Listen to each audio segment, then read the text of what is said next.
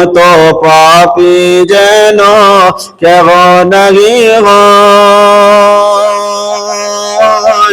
জানি না জীবনে আমার জয় হলো না ক্ষয় গো, জয় হলো না ক্ষয়। পাপা মাকে করবে গিরাস, হব নরকবাসী।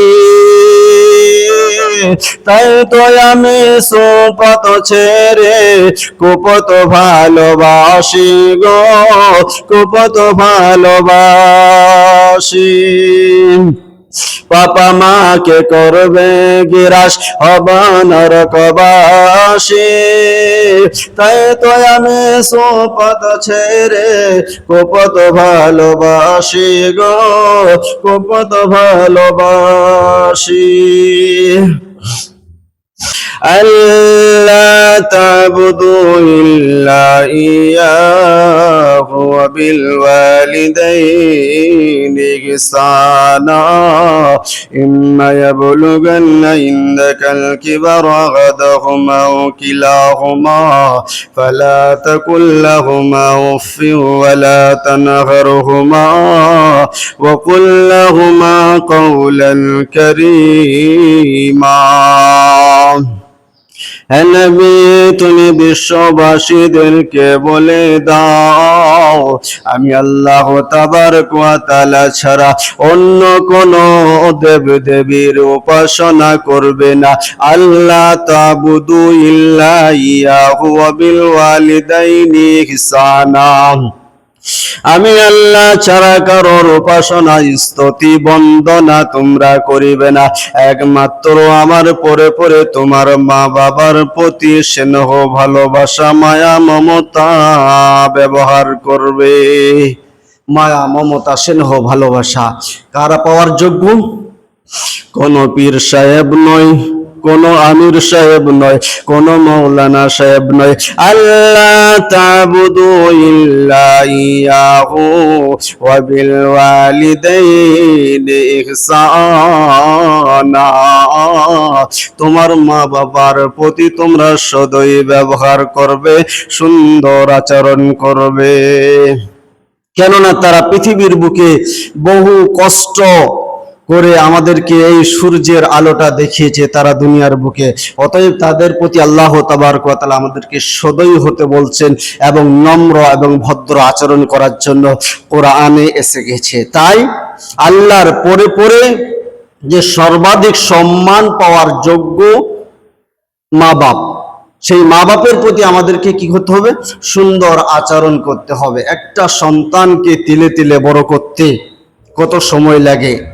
একজন মা দিনের পর দিন রাতের পর রাত কষ্ট করে করে 9 মাস 10 দিন বাচ্চাটাকে পালন করে।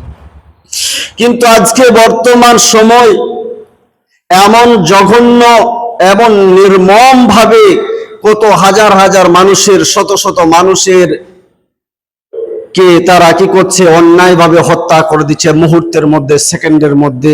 এই মানুষটি চা খেয়ে উঠে গেল, এই মানুষটি বাড়ি থেকে বেরিয়ে গেল, আর সঙ্গে সঙ্গে তাকে গুলি করে, তাকে বোম মেরে বা তাকে আরো কিছু করে কি করে মেরে দেওয়া হলো। কিন্তু সেই মানুষটার কে বড় করার পেছনে, সেই মানুষটাকে বড় করার পেছনে তার মা তার বাবা অক্লান্ত পরিশ্রম করেছে।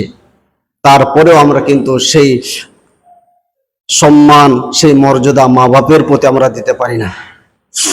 যখন কোন মায়ের পেটে সন্তান এসে যায়, যখন কোন মায়ের পেটে সন্তান এসে যায় 1 মাস 2 মাস, পাড়া প্রতিবেশী আত্মীয় স্বজন বুঝতে পেরে যায় তার কিছু সিমটম দেখে। কখনো খাবার খেতে পারে না, কখনো পানি খেতে পারে না।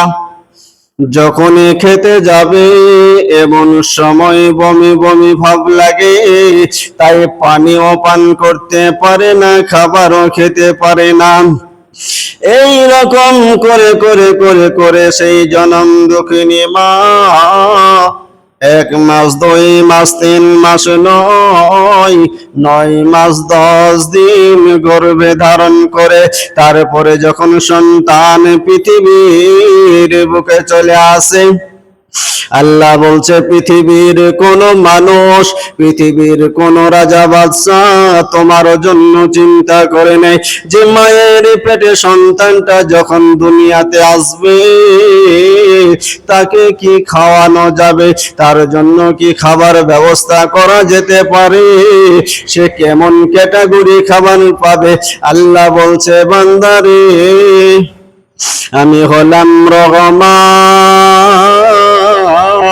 তুমি যখন মায়ের পেটে তিলে তিলে বড় হচ্ছে আর এমন সময় আমি তোমার মায়ের বুকের স্তনে ফোঁটা ফোঁটা করে দুধ জমা করে রেখেছি। সুবহানাল্লাহ।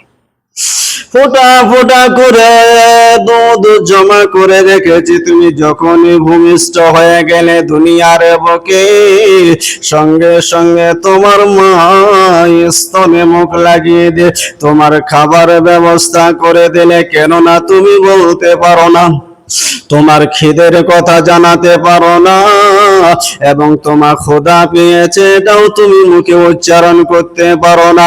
তাই তোমার সঙ্গে তোমার মায়ের মনটা এমন কানেকশন করে দিয়েছে, যখনই তুমি কান্না করো, যখনই 1 ঘন্টা 2 ঘন্টা দুধ পান করা হয়ে গেছে, এমন সময় জনম দুঃখিনী বুঝতে পারে অনেকক্ষণ হয়ে গেছে ছেলেটিকে দুধ পান করানো হয়নি।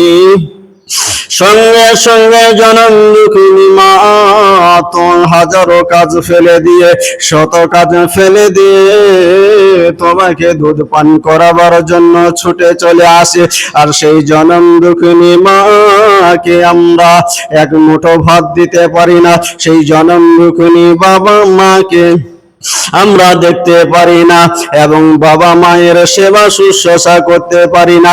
তারপরে আল্লাহ বলছে বান্দারে তোমরা আমি ছাড়া কারোর ইবাদত বন্দেগী উপাসনা করবে না। আল্লাহ তাবুদু ইল্লা ইয়াহু ওয়া বিল ওয়ালিদাইনি ইহসানা। মা বাবার প্রতি ইহসান হবে। দুনিয়ার বুকে আসার আগে আমরা কি ছিলাম? মাস্টার, ব্যারিস্টার, প্রফেসর, উকিল, জজ। আজকে এলাকাতে আপনার বিশাল নাম ঢাক, বিশাল নাম।